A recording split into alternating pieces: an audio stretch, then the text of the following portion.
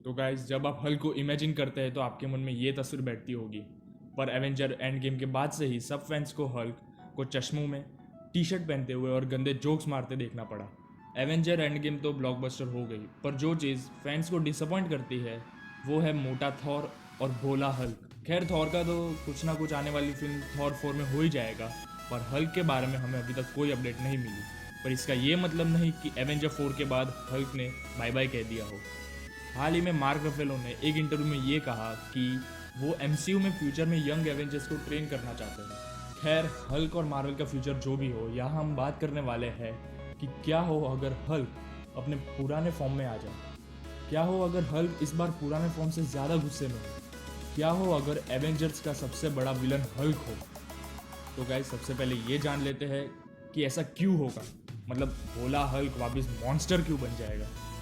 Marvel phase 3 का सबसे बड़ा, मतलब सबसे हरा एलिमेंट हल्क प्रॉब्लम ही रहा है, जो कि थॉर रैग्नारोक से एवेंजर्स एंड गेम तक दिखाया गया था। पहले तो थॉर रैग्नारोक में मार्वल फैंस को कसार के मेले में से बिछड़ा हुआ हल्क मिल गया, और थॉर रैग्नारोक में ही हमने ये जाना कि हल्क और बैनर एक साथ गाड़ी नहीं चला रहे हैं। फिर एवेंजर्स इन्फिनिटी वॉर में हमने हल्क को देखा ही नहीं। तब रूसो ब्रदर्स ने कह दिया कि वो बस ये दिखाना चाहते हैं कि बैनर हल्क के बिना भी बहुत कुछ है। How many pages is Banner have? 7. पर तभी फैंस को तो यही लगा कि हल्क थैनोस से पीटा है और उसकी फट गई। फिर एवेंजर्स एंड गेम में तो हल्क की इतनी फैन फॉलोइंग बढ़ गई, और ये वही फैंस है जो एवेंजर्स एज ऑफ अल्ट्रॉन में हल्क से डरते थे। अब इन सब बातों से हमारे मन में सवाल आता है, क्यों? देखो, इसका जवाब मार्वल ही दे सकता है, लेकिन एक बहुत ही इम्पोर्टेंट चीज़ जो कि फैंस ने खोज निकाली है वो है एक फैन थियरी। ये कहती है कि जैसे कॉमिक्स में एक फ्यूचर ट्रैवलर हमें माइस्ट्रो से इंट्रोड्यूस करवाता है, वैसा ही कुछ मूवीज़ में होगा। अब जो लोग नहीं जानते माइस्ट्रो कौन है, अब ये समझ लो कि एक ऑल्टरनेट रियलिटी के फ्यूचर में जब अर्थ पर एक न्यूक्लियर वॉर हुआ था तो ऑलमोस्ट सारे सुपर हीरोज मर गए थे, बस हल्क बचा था। क्योंकि अब हल्क ने तब वॉर के रेडिएशंस को एब्जॉर्ब कर लिया था, और इसलिए वो ज़्यादा पावरफुल बन जाता है, और उसको हम कहते हैं माइस्ट्रो।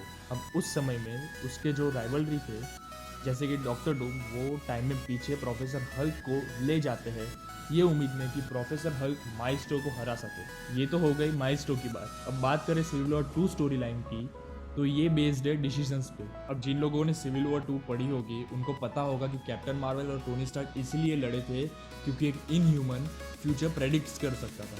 अब कैप्टन मार्वल चाहती थी कि वो इस इनह्यूमन की मदद से वॉर के स्टार्टिंग के पहले ही लोगों को अरेस्ट कर ले, जो भी विलन्स है, जो भी राइवलरी है। पर अब अपने टोनी भाई को इसमें जस्टिस नज़र नहीं आया, तो बस सिविल वॉर हो गई।